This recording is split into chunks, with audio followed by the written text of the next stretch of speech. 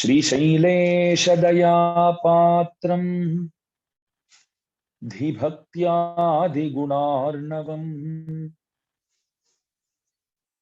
यतीन्द्रप्रवणं वन्दे रम्यजामातरं मुनिम्। श्रीमते रम्यजामातृ मुनीन्द्राय महात्मने श्रीरंगवासिने भूयात् नित्यश्रीर्नित्यमंगलम्।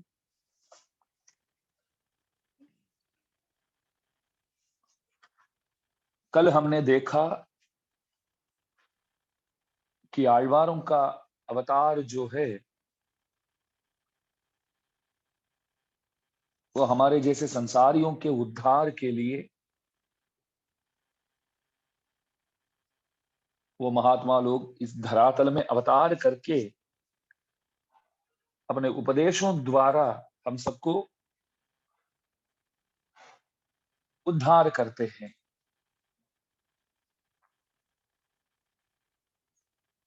आழ்वार लोग संख्या में तो 10 हुए। परब्रह्मणींद्र स्वामी जी महाराज आழ்वार गण में कौन कौन आते हैं करके आழ்वारों के अवतार क्रम जो है वो हमें बताते हैं।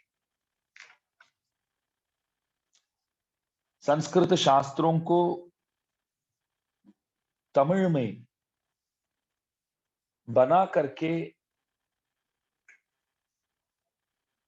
सहज रीति से सरल रूप से सब समझ सके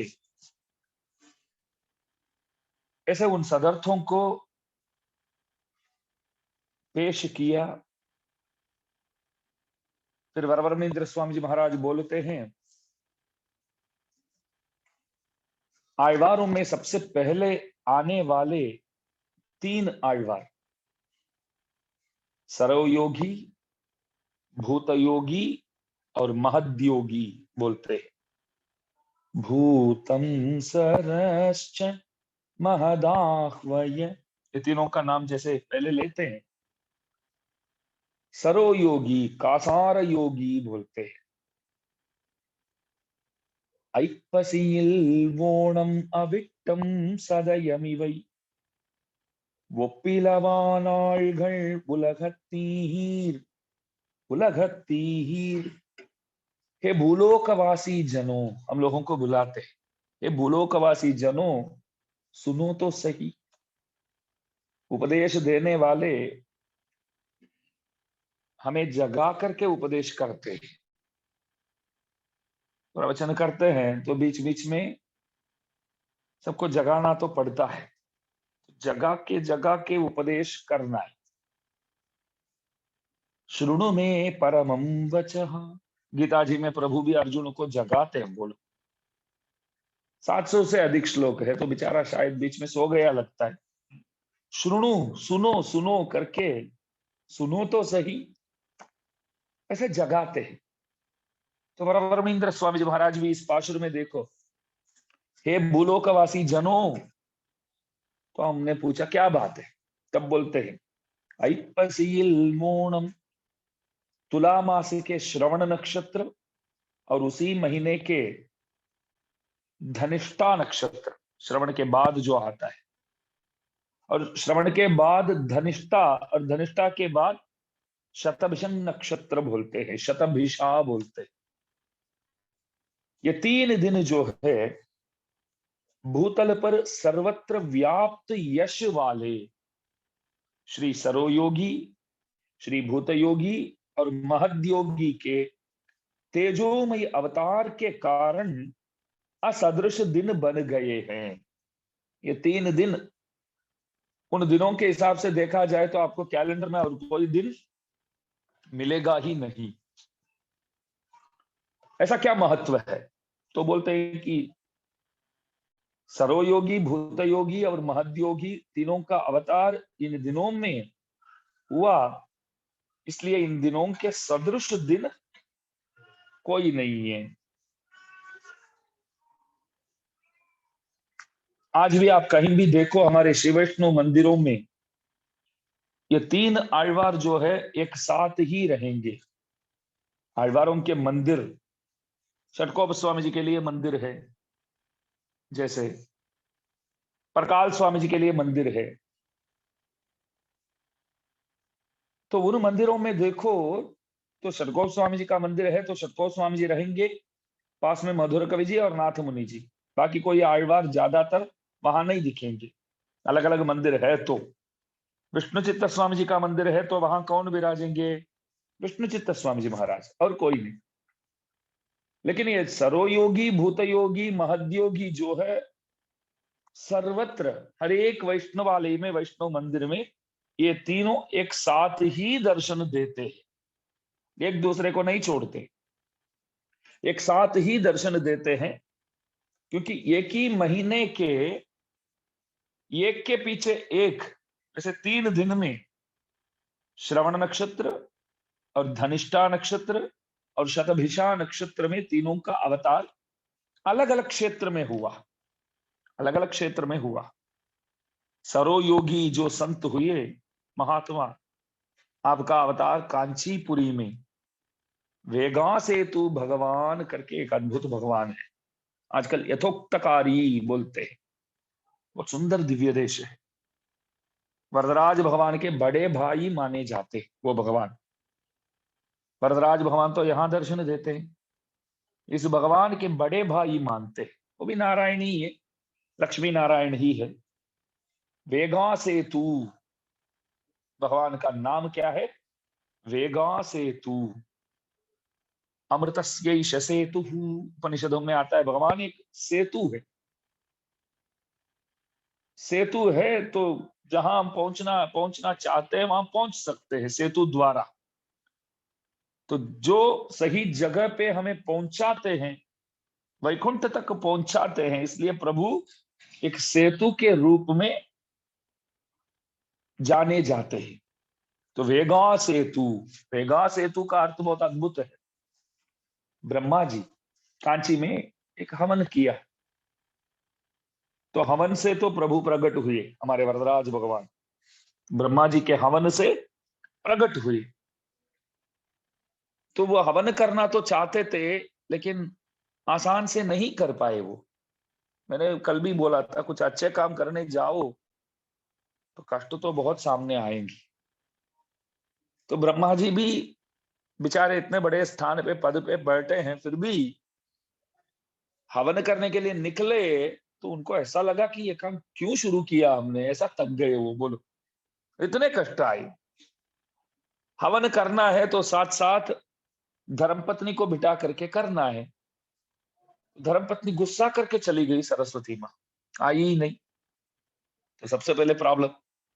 ठीक है, गुस्सा करके गई तो बात अलग है, वो बोलने लगी कि ब्रह्मा जी को मैं करने भी नहीं दूंगी, ब्रह्मा जी को करने भी नहीं दूंगी। चार्ज होता है कि नहीं देख लो, आवाज आया कुछ। तो बहुत परेशान करती थी, बहुत परेशान करती थी।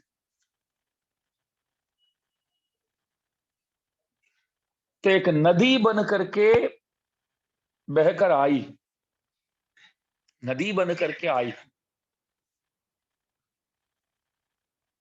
तो सरस्वती जी ने विचार किया कि देखो मैं क्या करती हूँ, सब सामग्रियों को ऐसे उठा के ले जाऊंगी पानी में। तब प्रभु एक सेतु बन करके वहां लेट गए, रोकने के लिए, सरस्वती जी को रोकने के लिए, इसलिए नाम वेगा सेतु। जो अतिवेग में आई थी सरस्वती, वेगवती नामक नदी के रूप में, तब प्रभु वहां सेतु बन करके लेट गए और उन्हें रोका। इसलिए प्रभु का नाम क्या है? वेगा सेतु, बहुत अद्भुत नाम है, वेगा सेतु बोलते। तो उस क्षेत्र में एक तालाब है पास में ही, उसमें कमल पुष्प में आपका अवतार, इसका सरोयोगी जी का अवतार उसमें हुआ। आप अयोनिज माने जाते हैं, आप भूतयोगी और महद्योगी तीनों जो है अयोनिज माने जाते हैं। अयोनिज का अर्थ होता है किसी माँ के पेट में गर्भ में रहकर नहीं जन्म लेने वाले जो होते हैं, अपने आप जो जन्म लेते हैं सीता मैया जैसे, तो क्या नाम देते हैं? अयोनिज। अगर स्त्री है तो अयोनिजा। सीता मैया जो है वो अयोनिजा, गोदाम्बा महारानी जो है अयोनिजा, ये तीनों अयोनिज हुई। और दूसरे जो है उनका अवतार महाबलीपुरम करके एक क्षेत्र है, तो वहां आपका अवतार, आप भी अयोनिज हुए। और तीसरे जो है आप चेन्नई में मईलापुर करके है, केशव भगवान वहां विराजते हैं। वहां एक कुएं पर आपका अवतार हुआ महद्योगी का। ऐपसील वोणम, तुला मास के श्रवण नक्षत्र में किसका अवतार हुआ? सबसे पहले आने वाले कौन? सरोयोगी। तुला मास के धनिष्ठा नक्षत्र के दिन भूत योगी, तुला मास के शतभिषा नक्षत्र के दिन महद्योगी अथवा महदाह्वय योगी, ये तीसरे आविर्भाव हुए।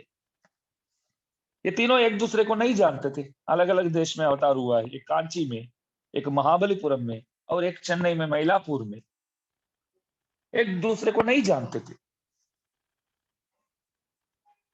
तो प्रभु ने विचार किया कि इन तीनों को तो मिलाना ही है एक ना एक दिन।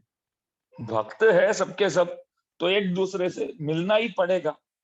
भक्तों का मिलन, भक्तों की जो संग है, उसमें से लाभ जो है वो प्रभु का होता है। भक्तों सब एक साथ मिलते हैं तो लाभ किसका है? भगवान का है। तो वो चाहते थे कि ये तीनों मिल जाए कभी। புவியும் பேசு புகழ் பொய்கையார் பூதத்தார் பேயாழ்வார் तेसुडने तोन सिरप्पा। जैसे जन्म लिया वैसे ही सबके सब तेजस्वी थे। हम जन्म करते हैं, जन्म लेते हैं, तब हमको देवताओं में कौन देखते हैं वो मालूम होना चाहिए।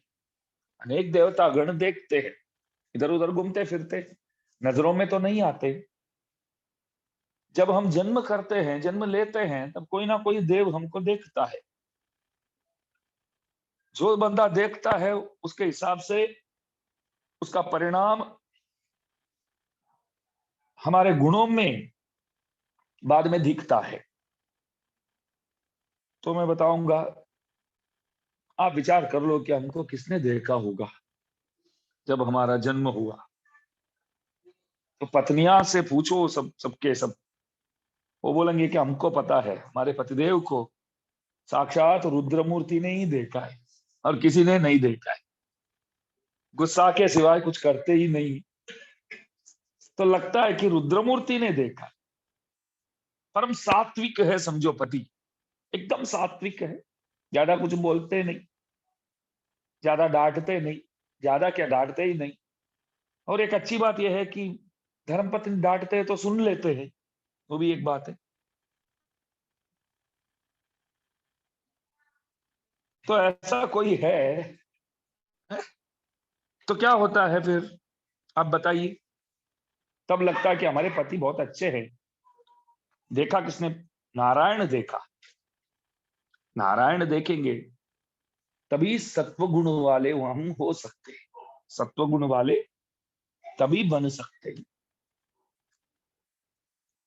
सत्व गुण निष्ठ जायमानम ही पुरुषम यम पश्येत मधुसूदन। जायमानम ही पुरुषम यम पश्येत मधुसूदन। जायमान काल में अनिल भाई जब जन्म करते हैं तब कौन देखना चाहिए हमको? विष्णु भगवान को हम देखना पड़ेगा, ऐसी बात नहीं, विष्णु भगवान हमको देखे। जायमानम ही पुरुषम यम पश्येत मधुसूदन सात्विक सत विज्ञेय सवै मोक्षार्थ चिंतक। वही सात्विक बनेगा, वही मोक्ष के लिए चाहेगा। सत विज्ञेय ज्ञानी पुरुष, वही बनेगा। तो ये तीन जो हुए आழ்वार, सबसे पहले तो तीनों को जैसे अयोनिज हुए, जैसे जन्म किया, तो उसी वक्त प्रभु ने अपने दिव्य नेत्रों द्वारा कटाक्षामृत धारा जो बोलते हैं, तो वो पूरा उन लोगों के ऊपर बरसाया प्रभु ने। तो प्रभु के कृपा दृष्टि के पात्रभूत कोई बनता है तो वो प्रभु के ही हो जाता है। बाद में ज्ञानी निकलता है, ज्ञानी पुरुष निकलता है। एक ध्रुव, एक प्रहलाद। ध्रुव तो अपने पिताजी के गोद में भी नहीं बैठ पाता था बेचारा, बैठना चाहता था लेकिन बैठने ही नहीं दिया। तो जाके माँ के पास जाकर के रोने लगा, माँ इस तरह है, आप भी तो पिताजी के धर्म पत्नी है, लेकिन वहां और कोई बैठी है। तो वो बोलती है कि पिताजी के गोद में बैठना है तो मेरे गर्भ से बाहर निकला हुआ बेटा हो तभी बैठ सकते हो, वो तो नौकरानी है। तो नौकरानी के पुत्र, जेठानी जो है वो नौकरानी है मेरे लिए, और नौकरानी के पुत्र होकर के पिताजी के गोद में बैठना, मैं बैठने नहीं दूंगी। तो रोता था बेचारा। तो अम्मा ने उपदेश दिया कि तू एक काम कर, ये क्या गोद में बैठना है, ये क्या स्थान है, इससे बेहतर स्थान है, मैं बताता हूँ चलो, मैं बताती हूँ चलो, इससे भी बेहतर स्थान है, तो वहां पहुंचने की कोशिश कर।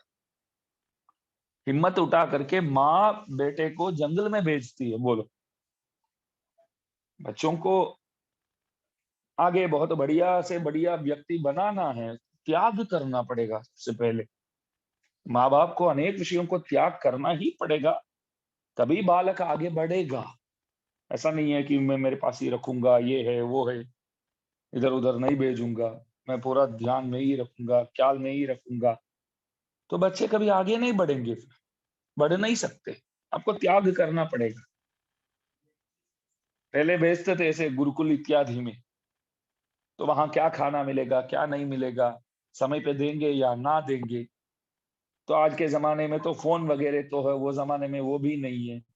कभी 3-4 महीने में एक बार ही माताजी पिताजी आ सकते हैं, वो भी 10-15 मिनट के लिए ही मिलने देंगे। तो इतने सारे कष्ट सहन करके जो बाहर निकले, तो बड़े बड़े विद्वान होकर के बाहर निकलते थे। आजकल बहुत प्यारे लगते हैं सबके सब, एक क्षण भर के लिए भी छोड़ नहीं पाते हैं।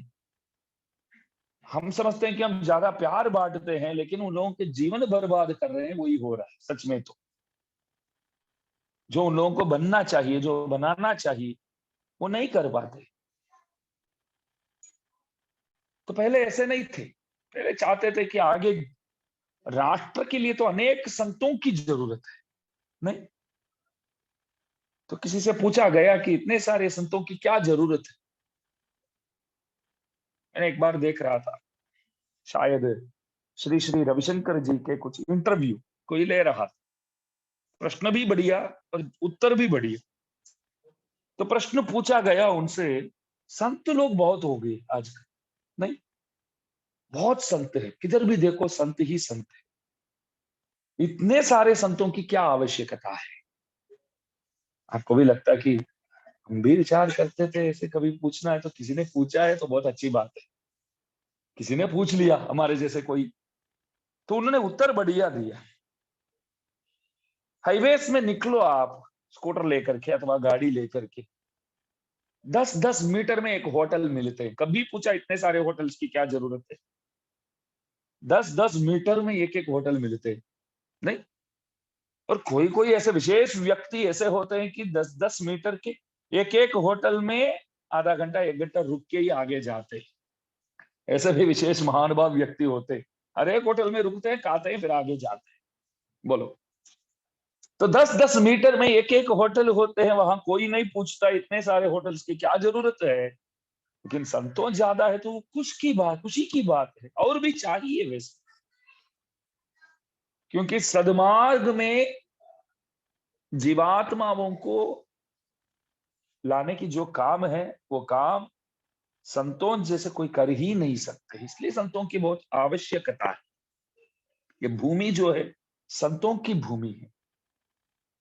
इसमें आழ்वार गण जो है संतों में सर्वोत्कृष्ट माने जाते हैं, सर्वोत्तम माने जाते हैं, उत्तमाचार्य गण माने जाते हैं, उच्च कोटि के।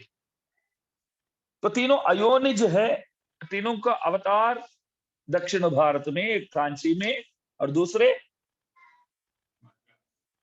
तीसरे मद्रास महाबलीपुरम में, दूसरे लाइन के हिसाब से बोलना चाहिए। पहले सरो योगी अवतार किधर हुआ? कांची में। दूसरे भूत योगी अवतार किधर हुआ?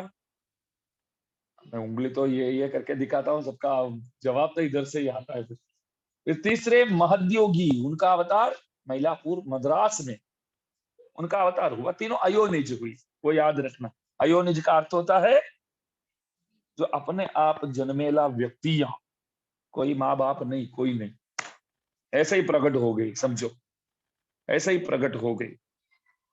तो तीनों तेजस्वी, क्योंकि जायमान काल कटाक्ष प्राप्त किया है। जब जन्म किया तो उस वक्त प्रभु द्वारा कृपा कटाक्ष जिन लोगों ने पाया तो तेजस्वी तो बनेंगे। तो देखिए, ध्रुव को बोला गया कि इससे भी बेहतर पद तेरे लिए है, इंतजारी है, तो उसके लिए प्रयत्न करो। तो वन में गया वो, जाकर के तपस्या किया। तो प्रभु आए, हाथ में शंख लेकर के आए और ध्रुव के कपोल में रख करके अनुग्रह किया प्रभु ने। तो आज भी ध्रुव नक्षत्र बन करके वो चमकता है ऊपर।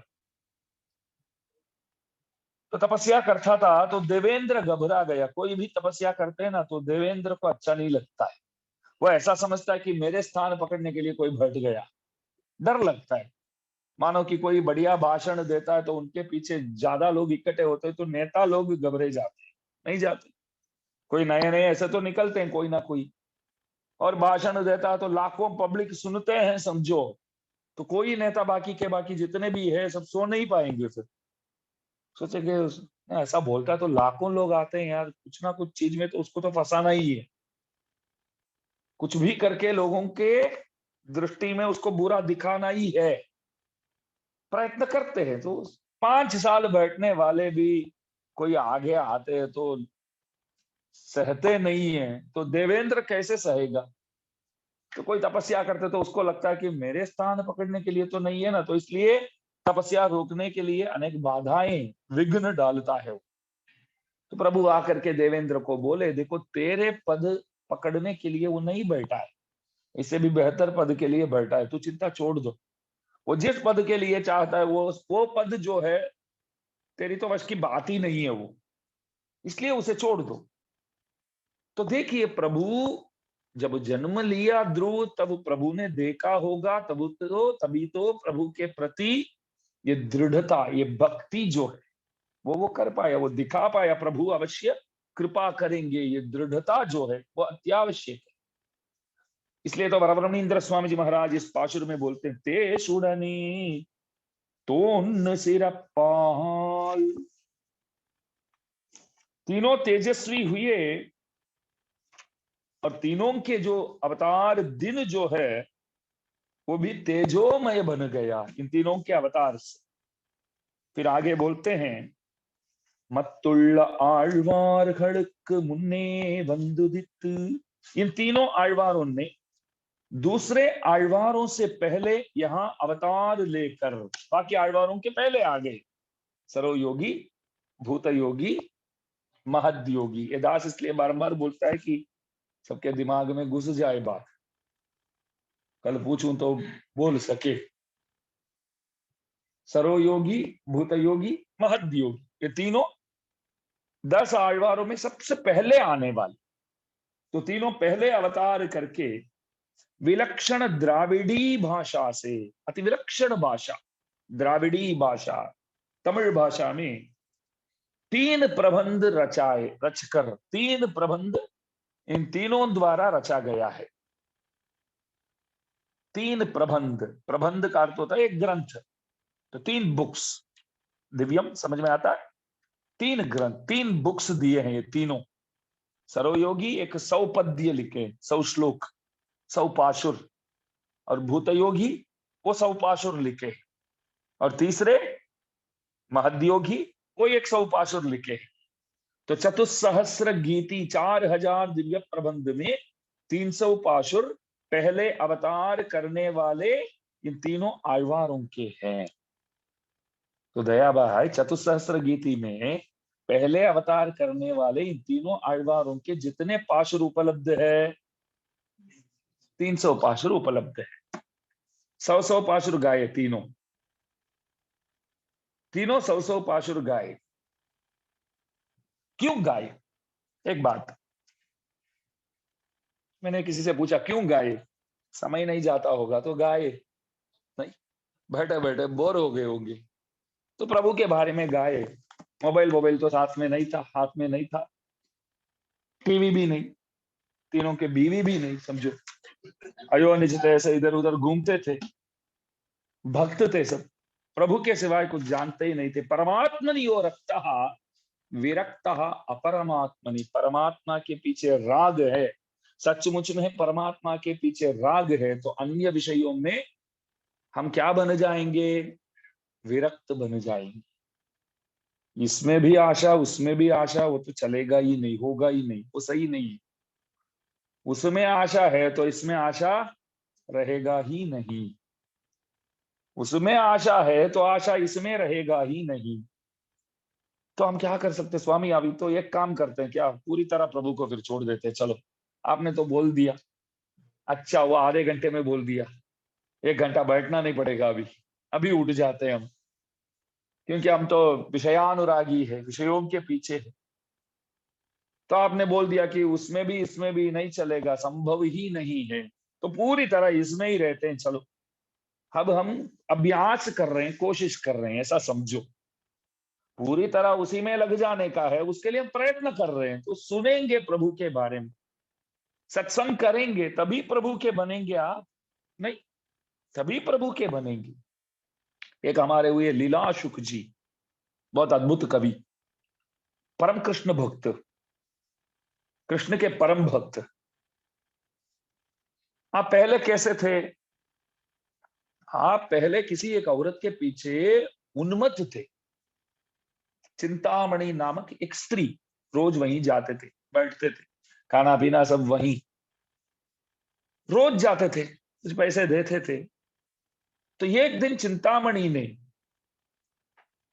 दुर्व्यवहार करने वाली औरत थी, फिर भी क्या हुआ मालूम नहीं, एक दिन वो लीलाशुक जी से वो बोलने लगी कि मेरे पास आप इतना प्रेम करते हो, प्यार करते हो, कोई काम का नहीं है, मुझसे आप इतना प्रेम करते हैं तो 100% मुझसे प्रेम करते हैं समझो, इसमें एकांश 0.01% बोलते हैं ना, जो 0.01%, 1% भी नहीं, 1% भी नहीं, इतना सा प्रेम कन्हैया के प्रति करते हो तो आपका उद्धार हो जाता, प्रभु के प्रति करते होंगे तो उद्धार हो जाता। तो उसी क्षण वो उठ गए, हाथ जोड़ करके बोलो, उसी क्षण उठ करके बोले कि अब तो सुधर गया हूं, आपने अच्छा उपदेश दिया, सदुपदेश द्वारा मेरे को सुधार दिया आपने, अब से इधर नहीं आऊंगा मैं प्रभु के भक्त बन गया हूं करके नित्य निरंतर वो प्रभु के भक्त बन गए। बाद में बोलो, नित्य निरंतर प्रभु के भक्त बन गए। और उन्होंने श्री कृष्ण करणामृत करके ग्रंथ लिखा, तो पहले ही श्लोक में वो क्या लिखते हैं मालूम है? चिंतामणि जयति, चिंतामणि जी की जय हो, मेरे गुरु जी है वो। तो मैंने पूछा छोड़ दिया करके, अभी बोले तो आप जय हो करके उन्हीं के नाम लेते हैं, क्या बात है? बोले कि नहीं, अभी तो मैं ऐसा नाम लेता हूँ, वो गुरु जी है मेरे, क्योंकि वहां जाता था मैं तो उन्होंने ही तो बोला कि भगवान के प्रति भक्ति कर, प्रेम भगवान पर कर, तो ये ज्ञान उन्होंने दिया। तो आभार अदा करना, शुक्रिया अदा करना, कृतज्ञता अनुसंधान करना आवश्यक है। तो देखिए, आप बैठेंगे प्रभु के बारे में सोचेंगे, विचार करेंगे, तभी तो आप आगे बढ़ेंगे ना। इस कीचड़ से बाहर तो आना ही है। थोड़े बहुत बाहर भी है हम, थोड़े बहुत कीचड़ में भी है, अभी ऐसा है। धीरे धीरे पूरी तरह कीचड़ में फंस जाएंगे क्या? नहीं, ये छोड़ के बाहर आना है, पूरी तरह प्रभु पर लग जाने का है। तो ये आழ்वार लोग, ये तीनों प्रभु के पीछे ही थे नित्य निरंतर। மத்துள்ள ஆழ்வார்களுக்கு முன்னே வந்துதித்து தமிழால் नूल செய்து नाट्टை उइत्तान। द्राविड़ी भाषा में 3 प्रबंध लिखे, तो क्यों लिखे, वो प्रश्न पूछा गया। लिखना क्यों पड़ा, प्रभु के बारे में गाना क्यों पड़ा। अब ध्यान दीजिए, बहुत सुंदर कथा है, सुंदर प्रसंग है। तीनों का अवतार अलग अलग जगह पे हुआ है।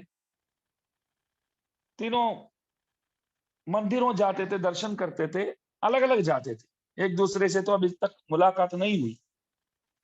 गोपपुरी नामक एक क्षेत्र है हमारे वहां, तिरुकोवलूर बोलते हैं, एक दिव्य देश है। वहां त्रिविक्रम रूप में प्रभु दर्शन देते हैं। त्रिविक्रम रूपी भगवान वामनावतार किए, बाद में तो त्रिविक्रम हुए, तो त्रिविक्रम जी का दर्शन उस क्षेत्र में हम कर सकते हैं।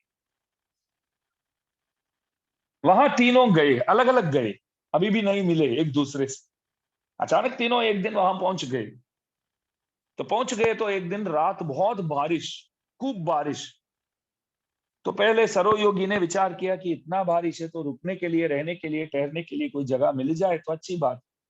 तो देखा तो एक आश्रम देखने को मिला, छोटी सी आश्रम। तो जाकर के उन्होंने दस्तक दिया, खटखटाया, तो मृकंड महर्षि का आश्रम था। एक महर्षि थे, वहां निवास करते थे।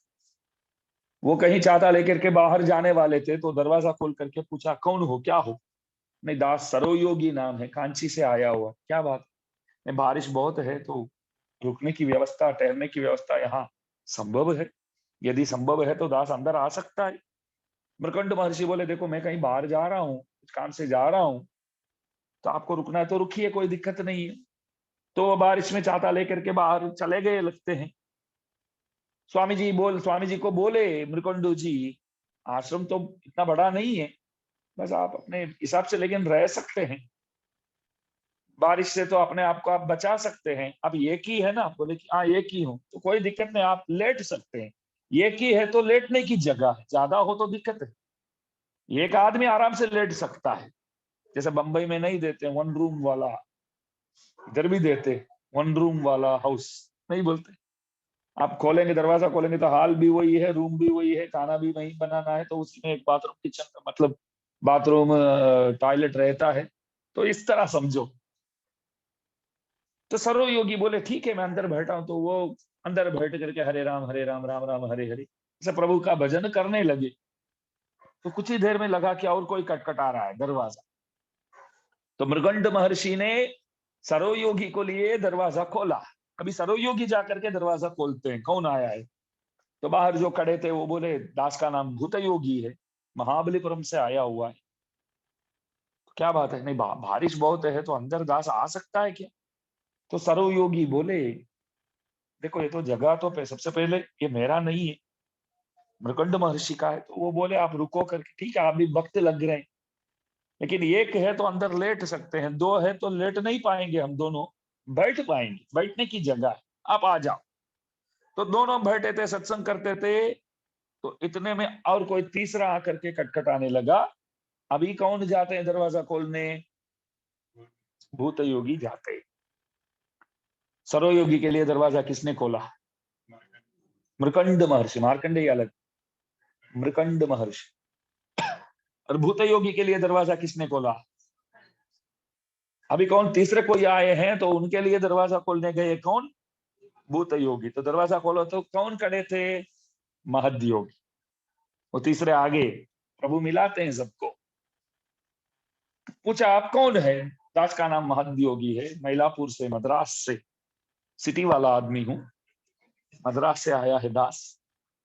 तो क्या चाहिए, बस बारिश बहुत है, रुकने की व्यवस्था। अरे है, एक है तो लेट सकते हैं, 2 है तो बैठ सकते हैं, 3 है तो खड़े रह सकते हैं, आ जाइए कोई बात नहीं, मन है तो मार्ग है, नहीं बोलते। गाड़ी में हम ऐसा नहीं बोलते कि सबको, पहले जाते थे कार में कहीं जाते थे तो कोई साथ में आना चाहते हैं, अरे आजा आजा गोद में बैठ जाओ, इसमें क्या, सब अपने ही है।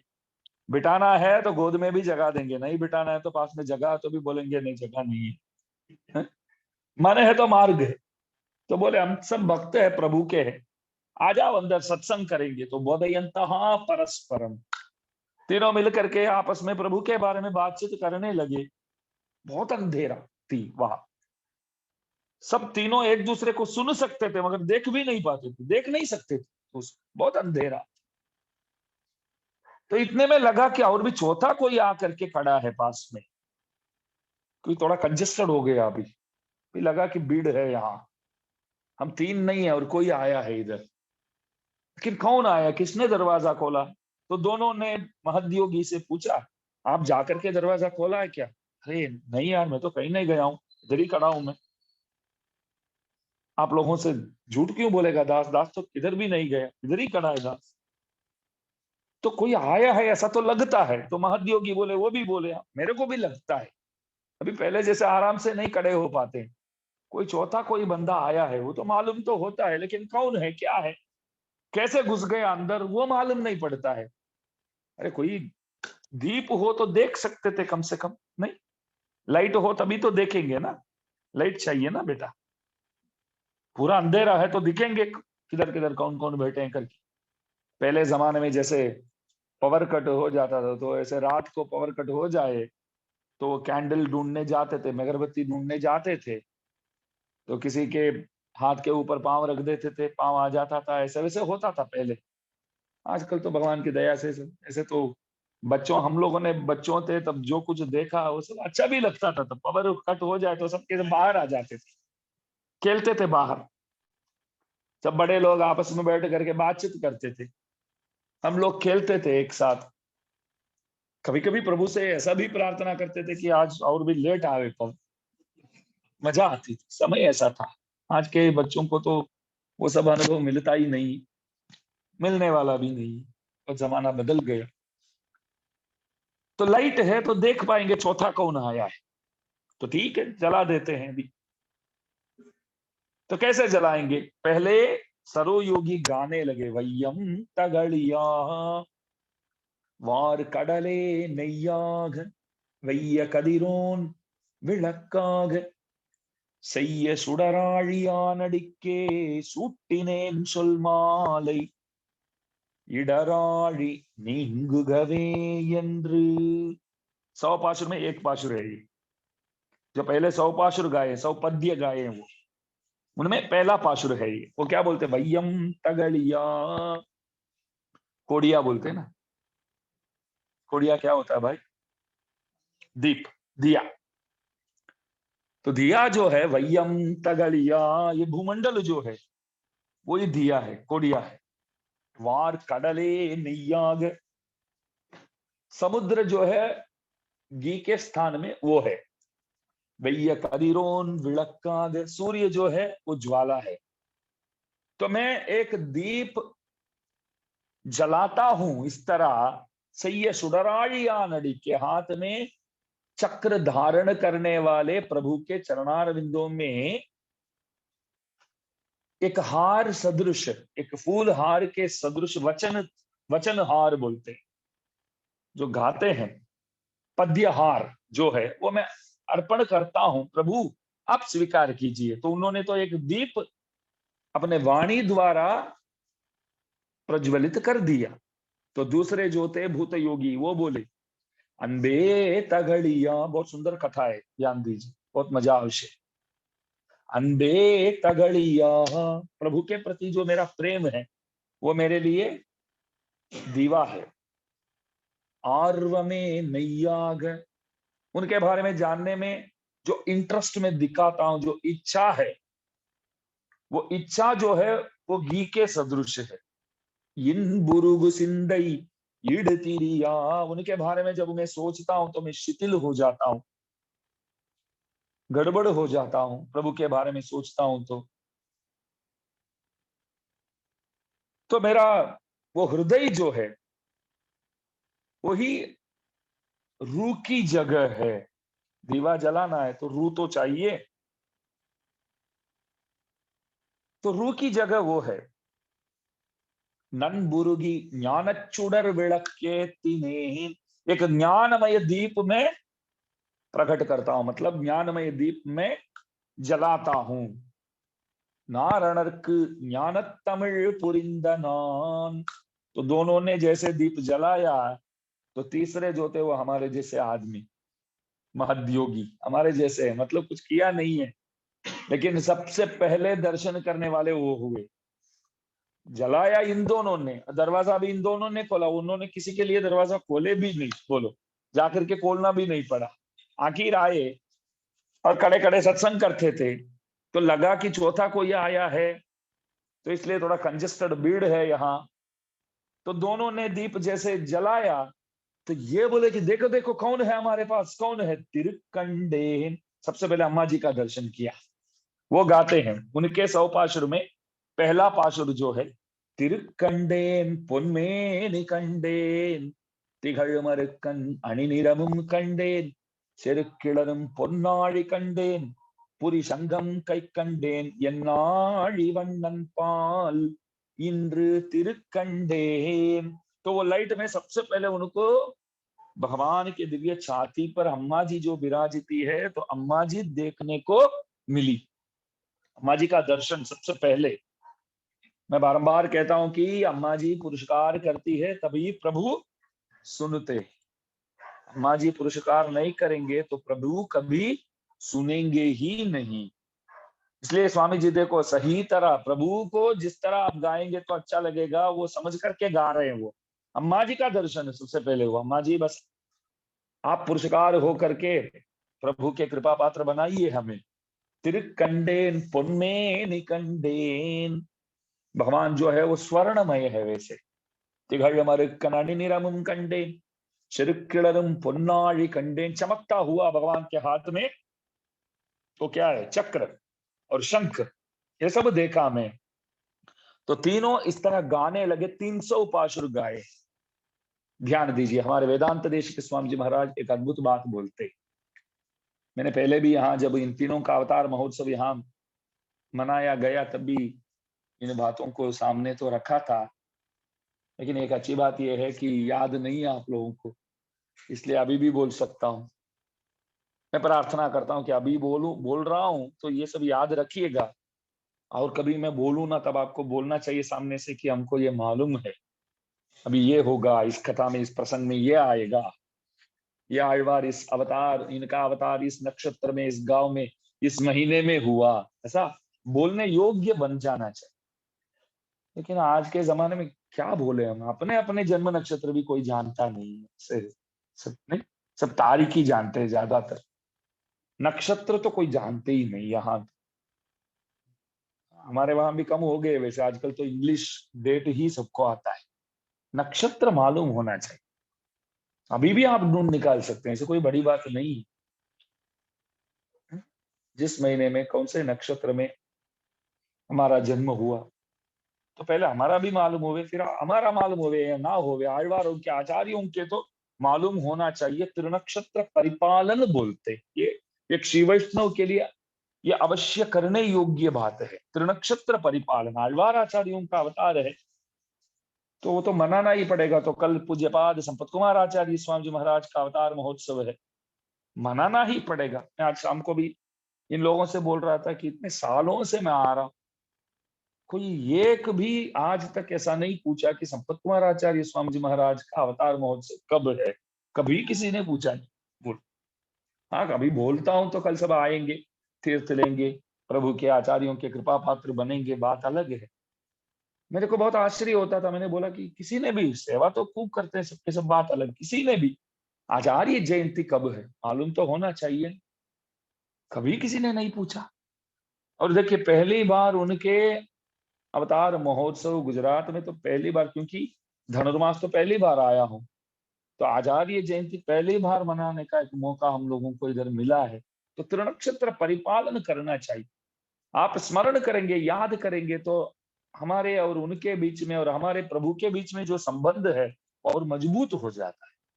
नहीं, वो सब करना चाहिए। त्रिनक्षत्र परिपालन एक शिष्य का कर्तव्य है, तभी तो आप चेला है। गुरु जी के जन्मोत्सव मनाएंगे तभी तो आप चेला है, मनाना चाहिए। तो इसलिए मालूम होना चाहिए। सर्वयोगी का अवतार कांची में तुला महीने में कौन सा नक्षत्र में हुआ था? हाँ, भूत योगी का अवतार किधर हुआ? तुला मास के कौन सा नक्षत्र? धनिष्ठा, धनिष्ठा बोलते। और तीसरे कौन हुए आழ்वारों में? महदाख योगी महद्योगी, उनका अवतार कौन से महीने में हुआ? तुला महीने में। नक्षत्र शतभिषं नक्षत्र, शतभिषा बोलते, तीसरे नक्षत्र तमिल में सदयम बोलते। तो देखो तीनों के बीच में प्रभु आ गए, तो प्रभु को अभी देख लिया। तो महदाख योगी महद्योगी ने कुछ प्रयत्न नहीं किया, उन्होंने दीप नहीं जलाया, लेकिन आराम से आसान से इन दोनों की वजह से सबसे पहले दर्शन करने वाले हुए वो। तो तीनों 300 पाशुर गाने लगे। हमारे वेदांत देशिक स्वामी जी महाराज एक अद्भुत बात बोलते हैं, पहले भी बोला था ये अर्थ में, गन्ना रस जैसे निकालते हैं, मशीन के अंदर गन्ने को देते हैं, एक बूंद भी इसमें वेस्ट ना हो जाए इतना ध्यान देगा वो, ऐसे देता ही रहेगा अंदर, उसमें से निकालता ही रहेगा। नीचे वो डालता है ना, बाद में फेंकता है ना, तो उसमें जो कीड़ा आकर के ऐसा सोचेगा कि क्या कंजूस निकला ये है, एक बूंद भी नहीं छोड़ा मेरे लिए, ऐसा सचमुच में सोचेगा वो इतना मेहनत करके पूरे के पूरे रस निकालता है उसमें से बेचारा। तो रस निकालना है तो उस मशीन आप देखो, उसमें तो फंस जाना है तभी तो रस निकलेगा। वो गन्ना पूरी तरह फंस जाए उसमें, और पूरी तरह फंस जाके इस तरह ग्राइंड होता है तो उसमें से रस निकलता है। आचार्यों कैसे अनुभव करते हैं देखो, ये तीनों मिलकर के बहुत सुंदर गाये, 300 पाशुर गन्ने रस के सदृश पाशुर गाये, तीनों मिलके 300 पाशुर। ये पाशुर कैसा है? बोले कि गन्ने रस जैसा है। अच्छा, गन्ना कौन है इधर? भगवान, जो चौथा आकर के तीनों के साथ शामिल हुई है ना। तो मशीन के जगह ये तीन है, ये तीनों मशीन हुई है समझो। तो प्रभु जो है वो गन्ना है, तो आकर के ग्राइंड हो गया इसमें, तो ग्राइंड हो गया तो सार तो रस तो बाहर निकलना ही चाहिए। वो रस जो है इन तीनों द्वारा गाया गया 300 पाशुर जो है वो ही रस है, मतलब प्रभु को पूरी तरह निचोड़ लिया, पूरी तरह ऐसे करके निचोड़ कर जो देना चाहिए वो सार जो है वो पाशुरों के रूप में प्रदान किए हैं ये तीनों। इसलिए प्रथमाழ்वार गण बोलते हैं। तीनों का नाम क्या है? प्रथम आழ்वार गण। मत्तुள்ள ஆழ்வார்களுக்கு முன்னே வந்துதித்து நத்தமிழால் நூல் செய்து நாட்டை உய்த்த பெத்திமையோர் என்னும் முதலாழ்வார்கள் என்னும் தேரிவர்க்கு निन्नदुलगत्ते निघंडु। संस्कृत में कैसे गाते हैं देखो, भक्तेष्वमीषु दशसु प्रथमं परेभ्यः। अभी आपको समझ में आएगा। भक्तेष्वमीषु दशसु, 10 आழ்वारों में, प्रथमं परेभ्यः, प्रथमम आने वाले सबसे पहले, भक्तेष्वमीषु दशसु प्रथमं परेभ्यः ये ते त्रय समुदिता द्रविडागमैस्वैः यस्माज्जगन्ति सकलान्युपजीवयन्तः भक्तास्ततः प्रथमयेत्यभिधानम् येषाम् इत्यभिधानमेषाम् भक्तास्तत प्रथम इति। भक्तों में आழ்वारों में प्रथम आழ்वार गण माने जाते हैं। कौन कौन?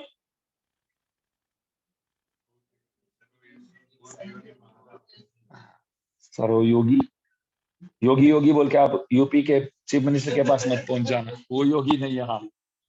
सर्वयोगी, भूतयोगी, महदाह्वय योगी अथवा महद्योगी बोलते, महद्योगी भी बोलते। ये तीनों प्रथम आழ்वार हुए। तो इसलिए हाँ, पूज्यपाद संपत कुमार आचार्य स्वामी जी महाराज इस तरह लिखते हैं, सरो और भूत महदाह्वय नामक इन तीन सूर्यों को मिलाकर मुदलाழ்वार, मुदलाழ்वार अथवा प्रथम सूरी कहते हैं, प्रथम आழ்वार गण। अब इसका ये कारण बताया जाता है कि दिव्य सूर्यों की गोष्ठी में सबसे पहले इन्होंने ही अवतार लिया और दिव्य प्रबंध गाए। आழ்वारों में सबसे पहले आए और आழ்वारों में सबसे पहले 300 पाशुर तीनों मिल करके गाए हैं, इसलिए तीनों का क्या नाम दिया गया है मिल करके? मुदल आழ்वार, मुदली आंडान दाशरथी स्वामी मुदल आழ்वार, प्रथम आழ்वार, प्रथम आழ்वार गण, ऐसे प्रथम दिव्य सूरी। इतना कष्ट इसलिए उठा रहे हैं कि आप लोगों को समझ में आ जाए, ध्यान में घुस जाए। बारंबार घड़ी नहीं देखने का, हमको मालूम है, ध्यान दास भी रखता है, ध्यान तो दास भी रखता है, तो उसमें जो ध्यान रखते वो ये थोड़ा सा इसमें रखो, वो अच्छा रहेगा। प्रथम आழ்वार बोलते हैं, दिव्य सूरी गण, प्रथम दिव्य सूरी बोलते हैं, बराबर, वो ध्यान रखने योग्य है।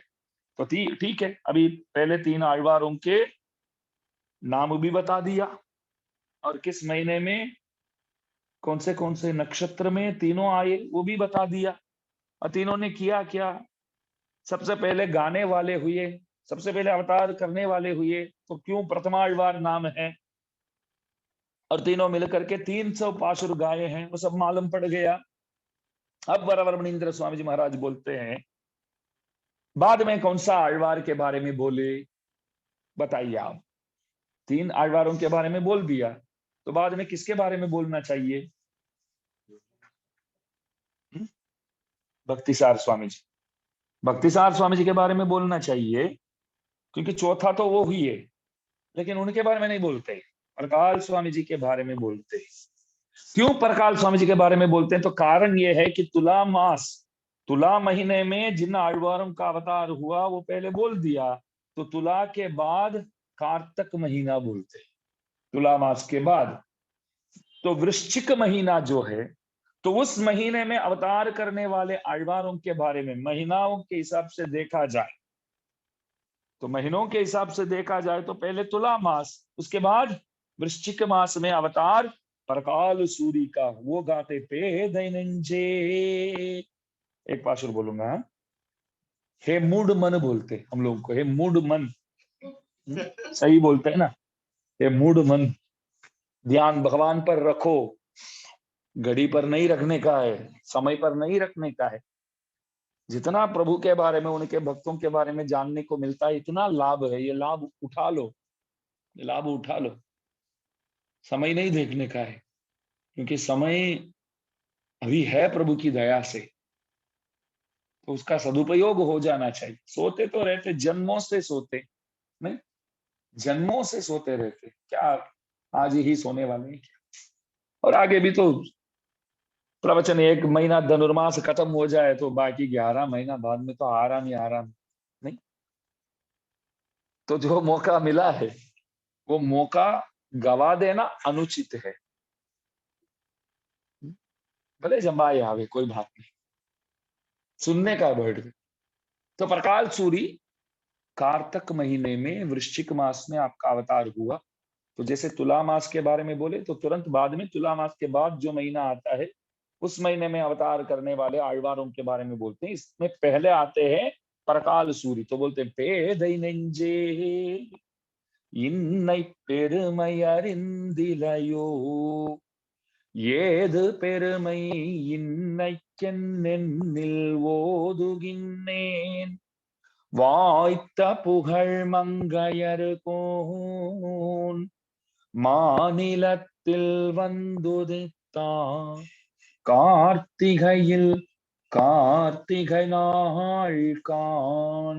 ये उपदेश रत्नमाला ग्रंथ इतना बढ़िया है, आपको तो तमिल आता नहीं है, इतना समझते भी नहीं है, फिर भी ये प्रबंध के पाशुर पद्य कोई गाएगा तो आप पिघल जाएंगे, ऐसा है। जब साथ मिलके आचार्यों एक साथ गाते हैं तो इतना मजा आता है, भावुक हो करके सब अंदर से जब गाते हैं, इसका प्रभु के सामने अनुसंधान करते हैं सब साथ मिल करके, तब लगता है कि इस ग्रंथ के सदृश ग्रंथ चतुसहस्त्र गीति में कोई ग्रंथ नहीं है, ऐसा हम कह सकते हैं। एवा ग्रंथ वरवरमणि स्वामी जी दिए हैं। तो इस पाचन में बोलते हैं, हे मूड मन, हे मूड मन, क्या तुमने आज का वैभव नहीं समझा? पूछते, आज का वैभव नहीं समझा तू? क्या तुम यो पूछोगे कि आज का कौन सा असाधारण वैभव है? मैंने पूछा आज का वैभव नहीं मालूम है, तो आपने पूछा क्या वैभव है आज? वापस आप पूछते हैं मुझसे क्या वैभव, ऐसे क्या बात है आज? तो कहूंगा तो कोई बात नहीं, मैं बोलूंगा छोड़ूंगा नहीं।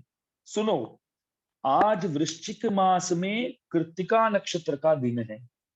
वृश्चिक मास के कृत्तिका नक्षत्र का दिन है, जबकि अनुरूप यश वाले तिरुमंगयाழ்वार परकाल सूरी कलिवैरी सूरी ने इस विशाल पृथ्वी तल पर अवतार लिया। वृश्चिक मास के कृत्तिका नक्षत्र के दिन परकाल सूरी, परकाल नगरी करके आज भी क्षेत्र है, आप उठ के जाएंगे तो इनका दर्शन नजदीक आकर के अवश्य कर लेना। परकाल सूरी का आழ்वारों में एकदम सुंदर स्वरूप वाले खड़े होकर के दर्शन देते हैं। नजदीक जा करके देखते तो हमको लगता है कि एक मनुष्य हमारे सामने खड़ा है, ऐसा। पास में उनके धर्म पत्नी की वजह से ही वो वैष्णव हुई है, बोलो महात्मा हुई। धर्म पत्नी ऐसे मिली तो वो महात्मा हो गई, बाद में प्रभु के पीछे पागल हो गई। तो परकाल सूरी, और दर्शन करते करते आप अवश्य नीचे भी देख लेना, उनके चरणारविंदों के नीचे रामानुज स्वामी जी भी विराजमान है। रामानुज स्वामी जी आழ்वारों के चरणारविंद माने जाते, तो इसलिए छोटे से आकार लेकर के रामानुज स्वामी जी भी उनके चरणों के नीचे विराजमान है। परकाल सूरी, परकाल नगरी में मंदिर है, तिरुकुरयलूर नामक दिव्य देश में आपका अवतार, और आज भी मंदिर है परकाल नगरी में। तो बोलते हैं वृश्चिक मास में कृत्तिका नक्षत्र में आपका अवतार। तो बोलते हैं श्री वैष्णव मंदिरों, मठों एवं गृहों में आழ்वारों के अवतार दिनों में अनुसंधान करने योग्य स्तुति पद्यों की रचना करना इस प्रबंध का एक मुख्य उद्देश्य है। इसका मतलब यह है कि उन आழ்वारों के अवतार महोत्सव के दिन इन पाशुरों को हम लोग गाते हैं, प्रभु के सामने गाते हैं। अतः इन गाथाओं में तत्र तत्र आज के दिन अमुक महात्मा का अवतार हुआ इत्यादि प्रकार से उस दिन का निर्देश किया जाता है। इसलिए आज हुआ करके आया है। आज प्रकाश स्वामी जी का अवतार महोत्सव है ऐसा बोलते हैं, आज तो नहीं है। उस दिन इस गाथा को, इस गाना को प्रभु के सामने गाना चाहिए, वृश्चिक मास के कृत्तिका नक्षत्र के दिन। तो बोलते हैं प्रकाश स्वामी जी आए तो वो दिन मनाने योग्य है हमारे लिए। और प्रकाश स्वामी जी ने किया क्या, ये आगे अगले पाशुर में वरवर मुनीन्द्र स्वामी जी महाराज समझाते हैं। तो आगे से एक एक आழ்वार का अवतार कहाँ कहाँ कैसे कैसे हुआ, कब कब हुआ। और अच्छी बात है 2-3 बच्चे भी आए हैं, तो बाकी भी लाइए, 1 घंटा ही है ना, समझ में आवे ना आवे समझ तो अच्छा निकलेगा, इसलिए बच्चों को भी अवश्य लाना चाहिए, बैठना चाहिए। तभी से, अभी से बैठेंगे तभी आगे सब संप्रदाय के विषयों को जानने में उत्सुक बनेंगे, उत्सुक रहेंगे। इसलिए सबसे नम्र निवेदन है, कृपया लाइए। ये मौका जो है उसका उपयोग, लाभ जो है वो उठाना चाहिए। तो हमारे आழ்वारों के बारे में, आचार्यों के बारे में हम नहीं जानेंगे तो कौन जानेंगे। इसलिए आज हमने ये देखा, पहले प्रथम आழ்वार गण, तीनों का अवतार कौन से नक्षत्र में किस महीने में हुआ, और तीनों प्रथम सूर्य गण बोले जाते हैं, मुदलाழ்वार कहते हैं। और उसके बाद प्रकाश स्वामी जी के बारे में बोलते हैं। क्यों ये 3 पहले प्रथम आழ்वारों के बारे में बोलने के बाद क्यों प्रकाश स्वामी जी के पास पहुंच गए और मुनीन्द्र स्वामी जी महाराज? महीना बढ़िया बोला, देखो हमारे मुन्ना भाई का मस्त बोला, अच्छी बात। महीने के हिसाब से जो वृश्चिक महीना जो है तुला मास के बाद आता है, वृश्चिक महीने में और भी एक आழ்वार हुई, लेकिन प्रकाश स्वामी जी के बाद आता है वो नक्षत्र योगी वाहन स्वामी जी, तो इसलिए वो बाद में आएंगे। आप सब आएंगे तो वो सब इसमें आ जाएंगे, पीछे पीछे आएंगे आपके पीछे। तो नम्र निवेदन है, कल पूज्यपाद अनंत श्री विभूषित श्रीमद यादवाद्री महाविद्वान अकारकनी श्रीशैलानंत पुरुष संपत कुमाराचार्य स्वामी जी महाराज का अवतार महोत्सव दिन है, त्रिनक्षत्र है। सुबह शाम गोष्ठी में, मतलब पाठ में और प्रवचन में, सब में अवश्य आप सब शामिल हो करके अपने आप को धन्य बनाओ, ऐसी प्रार्थना। जय श्री राम।